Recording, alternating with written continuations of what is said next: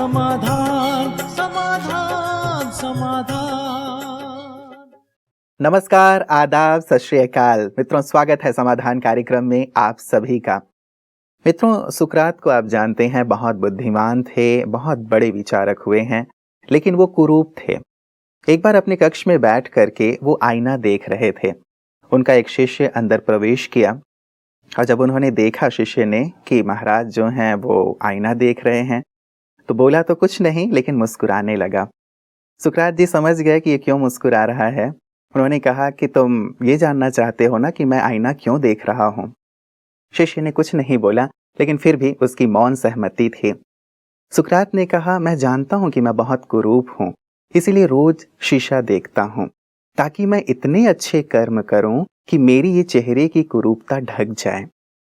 तो उनके शिष्य ने तुरंत शंका जाहिर की कि महाराज, तब तो जो सुंदर लोग हैं उन्हें आईना देखना ही नहीं चाहिए। सुकरात ने कहा, नहीं, जो सुंदर हैं उन्हें भी आईना देखना चाहिए ताकि वो इतने सुंदर कर्म करें ताकि उनकी सुंदरता और बढ़ जाए। क्योंकि यदि चेहरे से सुंदर हैं और कर्म बहुत बुरे हैं तो उनके बुरे कर्म उनके सुंदर चेहरे को ढक लेंगे। इसीलिए हमें अच्छे कर्म करना चाहिए, क्योंकि कर्म से ही व्यक्ति जाना जाता है। एक बहुत सुंदर सीख सुकरात ने अपने शिष्य को दी थी। तो मित्रों, हम भी चाहे सुंदर हैं या कुरूप हैं, प्रकृति ने हमें जैसा भी चेहरा दिया है, जैसा भी शरीर दिया है, हम इस पे ज्यादा न जाते हुए यदि अपने कर्मों पे हम ध्यान देते हैं तो सचमुच हमारा जीवन महान बनता है और आने वाली पीढ़ी भी हमें याद करती रहती है। आप में से और हम में से कितने लोग जानते होंगे कि महारानी लक्ष्मीबाई कैसी थीं। कुछ दिनों पहले मेरे पास एक पिक्चर आया, उनका फोटो आया, और मैंने उन्हें देखा तो तत्काल मेरे मन में विचार आया कि देखिए, चेहरे की सुंदरता भले सामान्य थी, लेकिन बचपन से हम उन्हें याद करते रहे हैं, उनकी वीरता को, उनके कर्म को, उनके स्वाभिमान को। तो हम भी यही प्रेरणा लें इन सबसे कि हम अपने कर्म को बहुत महान बनाएंगे, चेहरा या शरीर हमारा जैसा भी हो। इस सुंदर बात के साथ आज के समाधान की शुरुआत करते हैं। अभिनंदन करते हैं भ्राता जी का। भ्राता जी, बहुत बहुत स्वागत और अभिनंदन। शुक्रिया। भ्राता जी, कर्मों की बहुत ज्यादा महानता है और व्यक्ति कर्म से ही जाना जाता है, लेकिन आज के दौर में शायद हम चेहरे को ज्यादा चमका रहे हैं, कर्मों पे, श्रेष्ठ कर्मों पे उतना ध्यान नहीं दे रहे हैं। नो डाउट, चेहरे की सुंदरता भी एक सुंदरता है। एक कुरूप व्यक्ति तो किसी को प्रिय भी नहीं और उसको देखकर किसी को प्रसन्नता भी नहीं होगी, लेकिन इस सबसे भी ज्यादा महत्व है गुणों की सुंदरता का और कर्मों की सुंदरता का। इसलिए चेहरा जैसा भी जिसको मिला है उसको तो बदलना इतना सहज संभव नहीं है। थोड़ा बहुत ही उसमें कुछ दिखावट बनावट की जा सकती है, परंतु गुण मूर्ति यदि मनुष्य बन जाए तो हम अपने सब संगठनों में देख सकते हैं कि कुछ बहुत अच्छी पर्सनैलिटी वाले व्यक्ति जीवन में उतने सफल नहीं हैं जितने एक सामान्य हैं, जिसको लोग छोटे कद का कहते हैं या सांवरा सा कलर है या कई काले भी हैं, लेकिन अपने कार्यों में बहुत एक्सपर्ट हैं तो उन्हें सब लाइक करते हैं।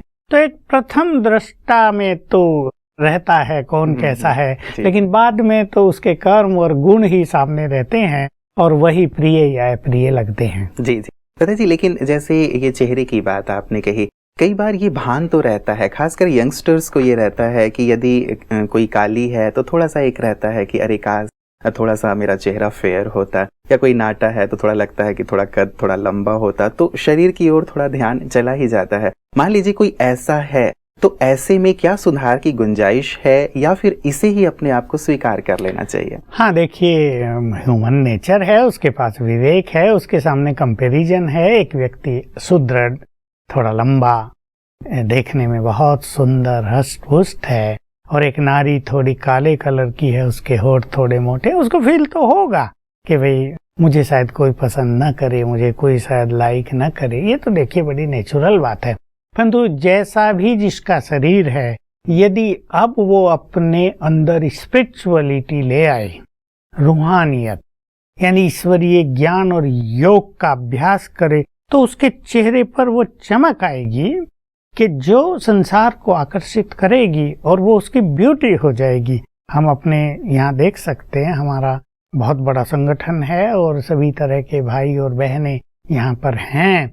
तो कुछ बहनों की मैं बात करूं, ऐसे हैं जो कम सुंदर हैं अपेक्षाकृत, लेकिन उनका योग अभ्यास बहुत सुंदर है। तो उनके चेहरे पर जो दिव्यता रहती है वो उनके रंग को बिल्कुल छुपा देती है और लगता है कि इनकी पर्सनालिटी बहुत ही श्रेष्ठ है। मतलब कर्म पे, योगा अभ्यास पे, इन सब चीजों पे हमें विशेष करके ध्यान देना चाहिए। कई बार बताइए जी, जो व्यक्ति बहुत खूबसूरत है, अच्छा है, वो दूसरों को जो अपेक्षाकृत कम खूबसूरत हैं या अपेक्षाकृत उनमें कुछ खामियां हैं, तो कुछ अहम वश टॉन्टिंग करते हैं या और भी कुछ शब्द कह देते हैं, या दूसरे भी ऐसे लोगों को कुछ ना कुछ कहते रहते हैं। तो दोनों पक्षों के लिए क्या कहेंगे? जो कह रहे हैं उनके लिए भी और जो सुन रहे हैं वो भी सहज ले लें। नाम ही रख देते हैं, मोटा, काली, और भी खराब खराब नाम रख देते हैं लोग, चिढ़ाने के लिए भी, अपने को सुपीरियर दिखाने के लिए भी।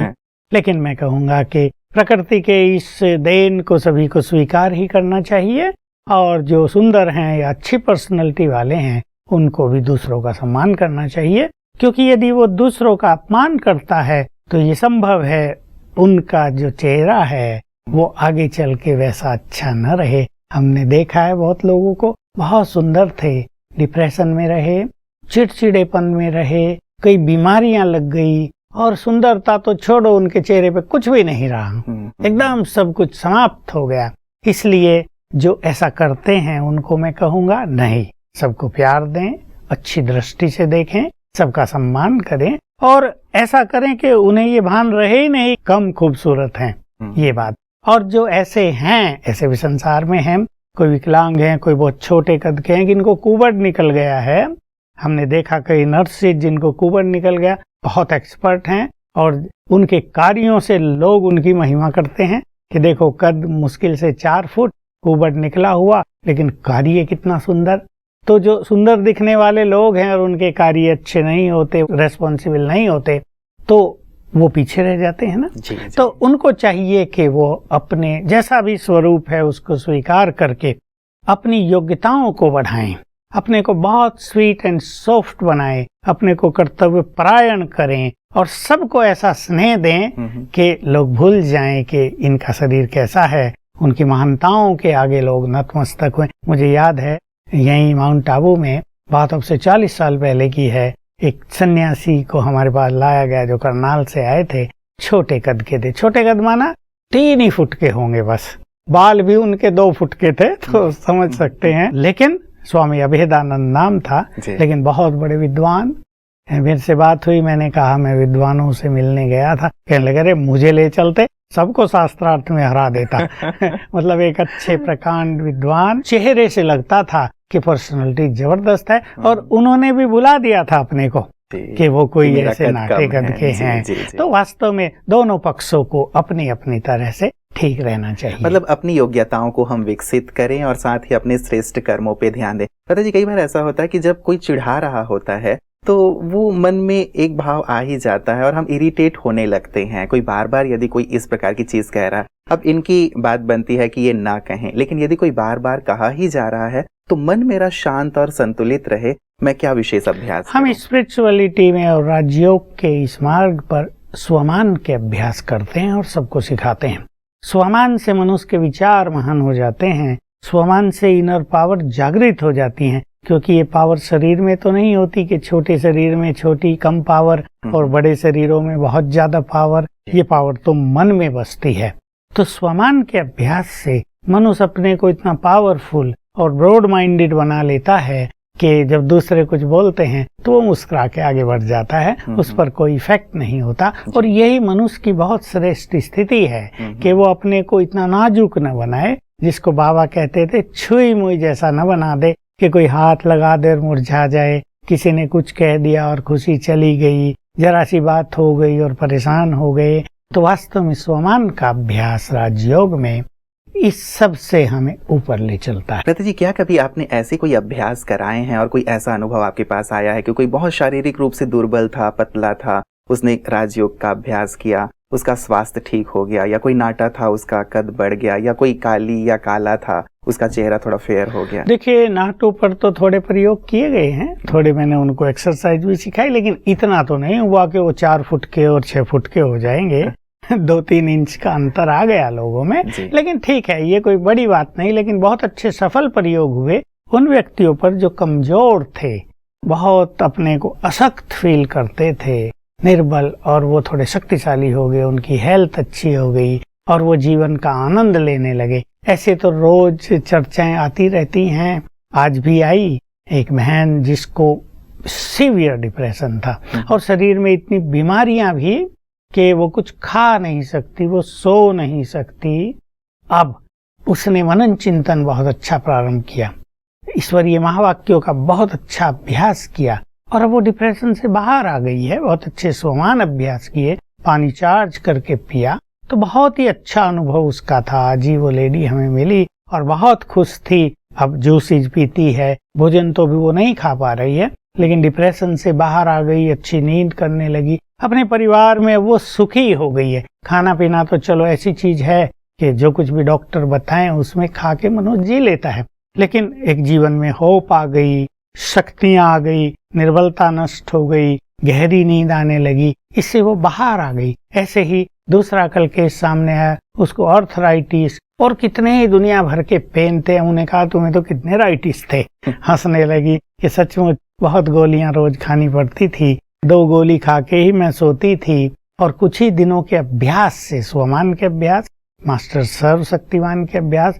सोते समय विजन देना, अपने माइंड को अच्छे थॉट्स देना, ब्रेन को एनर्जी देना, पानी चार्ज करके पीना, ये सब जो किए तो बता रही थी अब कोई गोली नहीं खाती हूँ और मेरा सारा आर्थराइटिस और दुनिया भर के जो पेन थे, मतलब उसने कहा ऐसा मेरे शरीर में कोई अंग नहीं था जहाँ पेन न हो, वो सभी चले गए। तो हम भी बहुत खुश थे और उसको बहुत बधाई दी कि अब तुम सदा ऐसी ही हेल्दी रहना। बिल्कुल फतेह जी, मैंने इसलिए आपसे प्रश्न किया क्योंकि यदा कदा हमारे पास ये फोन कॉल और ईमेल आ ही जाते हैं कि मेरी हाइट कम है, मुझे हाइट बढ़ानी है, या मेरा रंग काला है, मुझे थोड़ा सा फेयर होना है, या बहुत कमजोर हूँ, तो ये वाले प्रश्न लगातार आ ही जाते हैं। इसलिए मैंने ये प्रश्न आपके सामने रखा कि क्या देखिए, अगर छोटी आयु वाले प्रश्न करते हैं, मान लो 15 साल के हैं, 18 साल के हैं, तो हम उन्हें कुछ विधि बताते हैं, एक्सरसाइज आदि भी, प्राणायाम भी और कुछ और भी स्ट्रेचिंग वाली, कद बढ़ने की उम्मीदें होती हैं। लेकिन अगर व्यक्ति की आयु 40 साल ही हो गई है तो हम उसे कहते हैं अब लंबाई बढ़ाने के चक्कर से अपनी शक्ति को नष्ट न करो,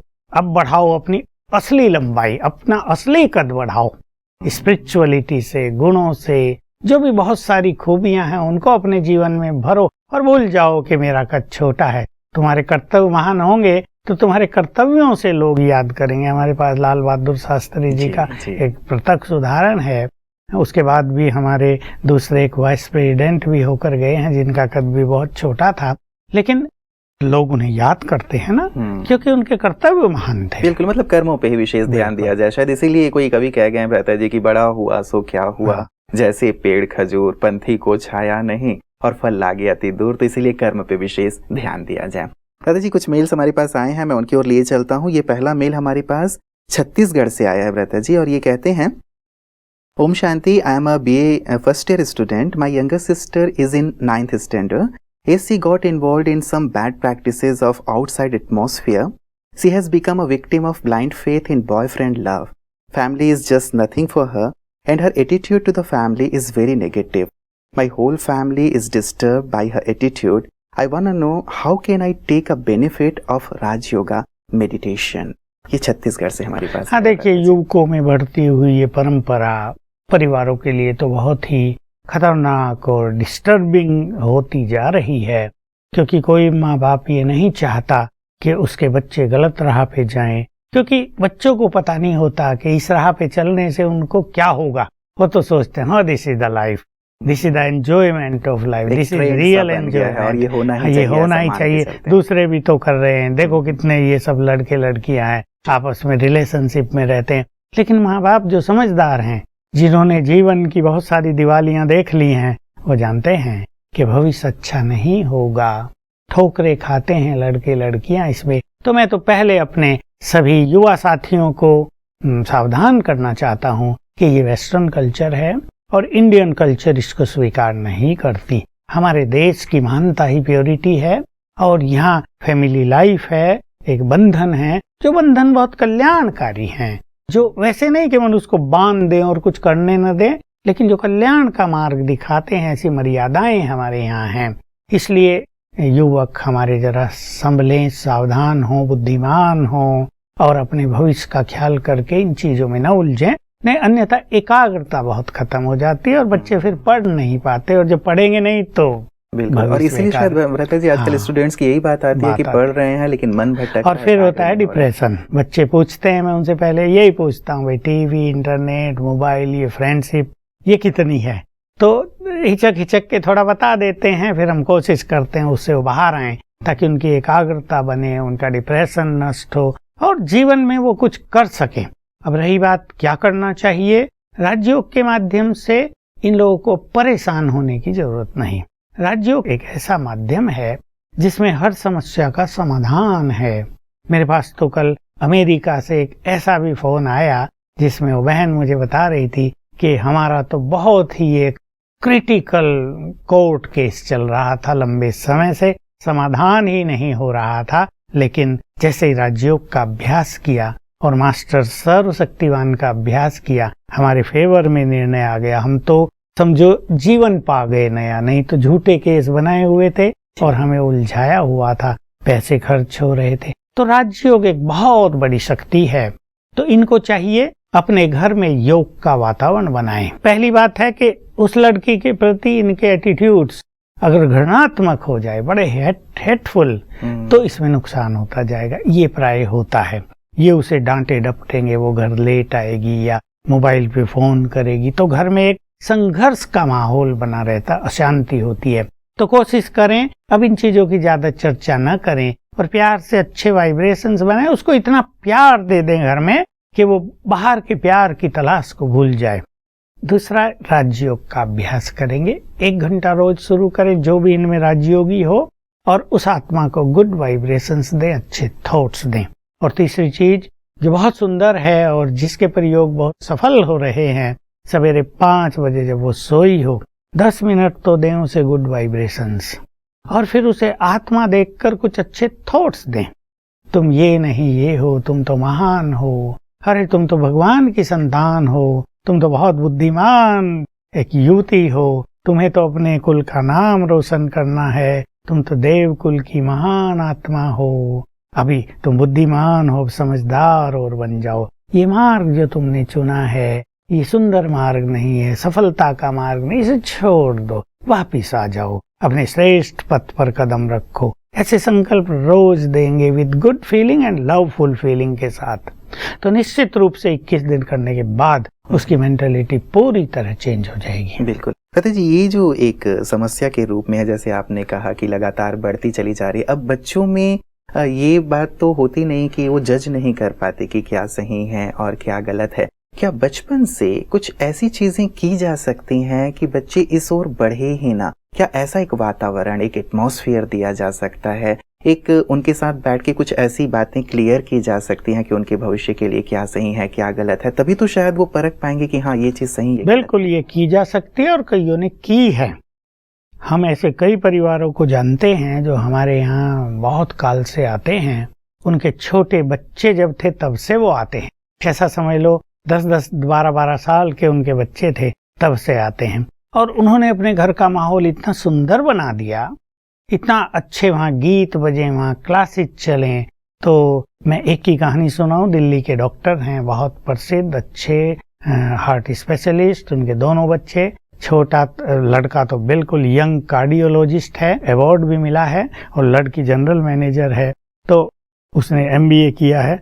दोनों ऐसे आपको लगेंगे जैसे देवी और देवता हैं, किसी तरफ देखा ही नहीं जीवन में, तो कैरियर बहुत सुंदर हो गया है। बच्चों के कारण परिवार को कभी नीचा सिर नहीं करना पड़ा, बल्कि उनका सारा समाज, दूर दूर के रिश्तेदार ये कहते हैं बच्चे हों तो ऐसे हों, उनके बच्चों का एग्जाम्पल देते हैं, अपने बच्चों को ऐसे बनो। तो ऐसा अगर घर में एक सुंदर माहौल पैदा किया जाए, माँ बाप की मनोस्थिति बहुत अच्छी हो, घर में खान पान भी सुंदर हो, आपसी जो डायलॉग्स होते हैं वो बहुत सुंदर हों, तो बच्चे इधर उधर कहीं भी स्लिप नहीं होंगे। बिल्कुल भ्राता जी, ये जो एक आजकल का जो दौर है उसमें फ्रेंडशिप वाली तो बात रहती है, तो हेल्दी फ्रेंडशिप तो बहुत अच्छी है कि चलिए हम स्टडी के पर्पज से कर रहे हैं और आगे, लेकिन कई बार इसमें फिर एक जो रेखा खींचना होता है कि हाँ फ्रेंडशिप, हेल्दी फ्रेंडशिप क्या है और फिर ये जो बॉयफ्रेंड गर्लफ्रेंड वाली बात क्या है, तो यहाँ पे बच्चे शायद इधर उधर हो जाते हैं। लाजमी है कि साथ साथ रहते हैं, बातें करते हैं, लेकिन ये वाली जो रेखा है उसे समझना शायद मुझे लगता है बहुत बिल्कुल जरूरी है। बात करने तक, अच्छी चीजें शेयर करने तक, स्टडी में एक दूसरों को मदद करने तक, यहाँ तक तो ये फ्रेंडशिप ठीक होती है। लेकिन जब ये वासनात्मक स्वरूप ले लेती है, वहाँ ये खतरनाक होती है। इससे एकाग्रता भी नष्ट होती है, बुद्धि का विकास भी रुक जाता है। तो सीमा रेखा यही है कि हेल्दी ये होना चाहिए, वासनात्मक नहीं। बिल्कुल। ब्रता जी, एक चीज और विशेष मैं जानना चाहूंगा। आजकल एक बड़ी चर्चा चली आ रही है, खास करके मेट्रोज में, लिव इन रिलेशनशिप के। हमारी संस्कृति में तो ये बात शायद थी ही नहीं, और हमारे यहाँ तो एक परंपरा रही थी कि मैरिज माता पिता ही कराया करते थे। लेकिन अब ये जो एक प्रथा चल पड़ी है हमारे देश में भी कि विवाह से पहले भी लड़के लड़कियां साथ रहते हैं, बड़े शहरों में अब तक ये है, हमारे छोटे शहरों में ना पहुंच जाए हमें लगता है। हमारी संस्कृति क्या कहती है? ये वेस्टर्न कल्चर की बात है, क्योंकि मैरिज टूटती रहती थी। एक एक स्त्री पुरुष 3-3 4-4 बार मैरिज करता था, बच्चे बिखरते रहते थे। यानी पहले बच्चे को ये भी नहीं पता उसका बाप कौन है या वो कहाँ है, माँ से रिलेशनशिप टूट गए, ऐसा रहा विदेशों में। तो उन्होंने ये कॉन्स्टिट्यूशन में एक प्रावधान कर दिया कि भाई चलो छोड़ो शादियों को, ऐसे लिव इन रिलेशनशिप और सदा साथ रहो। तो ये वेस्टर्न कल्चर की तो शोभा हो गई, और वहाँ भी ये कोई बहुत सफल प्रयोग नहीं है। लेकिन भारत, जिसकी कल्चर बहुत महान है, जो विश्व का गुरु रहा है, वास्तव में उसे दूसरों की कल्चर को फॉलो नहीं करना चाहिए। भारत तो सिखाने वाला है, भारत तो गुरु है, विश्व गुरु था और पुनः विश्व गुरु बनेगा। और हम भी ये प्रयास कर रहे हैं कि हम स्पिरिचुअलिटी सारे संसार को सिखाएं। तो भारतवासियों को भी अपनी महान कल्चर का गर्व होना चाहिए और इस परंपरा को कायम रखना चाहिए, न कि विदेशी कल्चर को फॉलो करके अपनी मर्यादाओं को लांघ कर एक दुखी जीवन को आमंत्रित कर लेना चाहिए। तो मैं ये कहूँगा कि ये गलत है, इससे सारा खेल बिगड़ जाएगा, संतान भी बहुत योग्य उत्पन्न नहीं होगी, और संसार में एक विषय वासनाओं का गंदा नाला बहने लगेगा चारों ओर।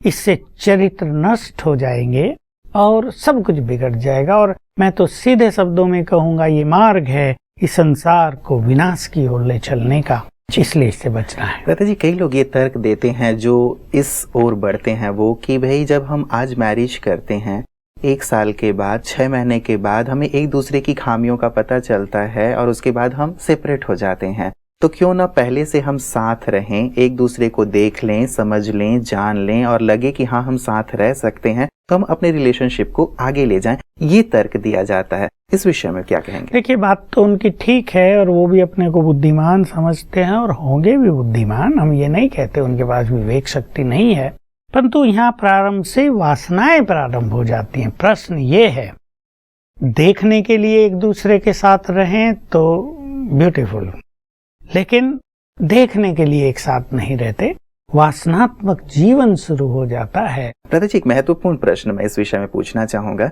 यदि हम अपने माता पिता को, अपने दादा दादी को देखते हैं, या उससे आगे जाएं तो और भी अच्छा, तो वहाँ अरेंज मैरिज थे। हमारे माता पिता को शायद ये पता नहीं था, दादा दादी को पता नहीं था कि हमारी किससे शादी होने वाली है। वो उनके माता पिता ने फिक्स कर दी संबंधियों ने, और वो लाइफ लॉन्ग चली और बहुत अच्छे से चली, बड़े प्यार से चली। आज ये सब देखते भी हैं, जानते भी हैं, साथ भी रहते हैं, फिर भी ये बिखराव और ये टकराव, ये टूटन, ये डिवोर्स, ये सब चीजें समझ में नहीं आती। कारण क्या है? वो इतने सफल थे अरेंज मैरिज, और लव मैरिज और इस प्रकार के मैरिज असफल हो रहे हैं। वो अधिक चरित्रवान थे, वो अधिक पवित्र थे, कुंडली मिलाकर, बाकायदे परिवार अच्छी तरह देखकर तब मैरिज की जाती थी। इसलिए डाइवोर्स तो बहुत कम, रेयरली, और अगर कहीं हो गया तो उसको बहुत बुरी नजर से लोग देखते थे। जी। हाँ, और ये जो चीज है, इसमें अहम भर गया है मनुष्य का, वासनाएं बढ़ गई हैं, मनुष्य बहुत इमोशनल हो गया है, एक दूसरे की बात को स्वीकार सहन करता ही नहीं, जल्दी टकराव में आके टूट की तरफ चलने लगते हैं। ये कारण है इसका। अब भी अगर वो स्पिरिचुअलिटी जीवन में अपनाएं तो बुजुर्गों जैसी स्थिति उनकी भी आ जाएगी, और मैरिज लाइफ सदा के लिए चलेगा, और मनुष्य उसमें बहुत सुखी होगा। बिल्कुल बिल्कुल। चलिए, सुंदर प्रकाश के लिए बहुत बहुत शुक्रिया भ्राता जी। मुझे लगता है कि सभी इस पे जरूर विचार करेंगे, क्योंकि ये एक प्रथा शायद हमारे देश में भी मेट्रोज में शुरू हो गई है, लेकिन ये कितनी हितकर है और कितनी अहितकर, इस पे सभी को विचार जरूर करना चाहिए, क्योंकि संस्कृति की रक्षा करना हम सबका दायित्व है। आपका बहुत बहुत शुक्रिया। मित्रों, हम सब देश के रक्षक हैं, समाज के रक्षक हैं, और कई बार ये सुनने में आता है, हम ये कहते हैं कि मेरी लाइफ है, मैं जैसा चाहूँ वैसा जीऊँ, जिस ढंग से मेरी मर्जी है मैं वैसा वैसा करूँ। लेकिन हमें ये नहीं भूलना चाहिए कि हम समाज की एक इकाई हैं, और एक इकाई जो करता है उसका प्रभाव दूसरों पे भी पड़ता है, और समाज के बिना हम अपने जीवन की भी कल्पना तो नहीं कर सकते ना। इसीलिए हम अपनी संस्कृति की ओर अवश्य देखें। जैसे भ्राता जी कह रहे थे, बहुत महान संस्कृति हमारी रही है और देवों की संतान हम रहे हैं। यदि अपने पूर्वजों को देखें तो सचमुच संसार में उनकी गाथा बहुत ज्यादा है, और हमारा सिर भी गर्व से ऊंचा हो जाता है। तो हम दूर तक देखें कि हम जो कर रहे हैं, या जो बाहरी संस्कृति हमारे देश में आ रही है, उसका दूरगामी परिणाम क्या होगा। यदि शुभ होगा तब तो बहुत अच्छी बात है, लेकिन यदि अशुभ है इसके दूरगामी परिणाम, तो हमें जरूर सोचना चाहिए कि हम अपनी संतति को क्या देना चाहते हैं। एक अच्छी बात किसी ने कही है कि जो रिश्ते हैं ना, वो इलेक्ट्रिक करंट की तरह होते हैं। यदि सही सही जुड़ गए तब तो जीवन भर प्रकाश ही प्रकाश रहेगा घर में, लेकिन यदि गलत जुड़ गए तो जीवन भर आपको झटके लगते रहेंगे। इसीलिए बहुत विचार के कोई भी कदम उठाएं, ताकि झटके न लगें आपको समस्याओं के, बल्कि जीवन प्रकाशित रहे, आनंदित रहे। यही हमारी शुभकामना आपके लिए है। अपना ख्याल रखिएगा। नमस्कार।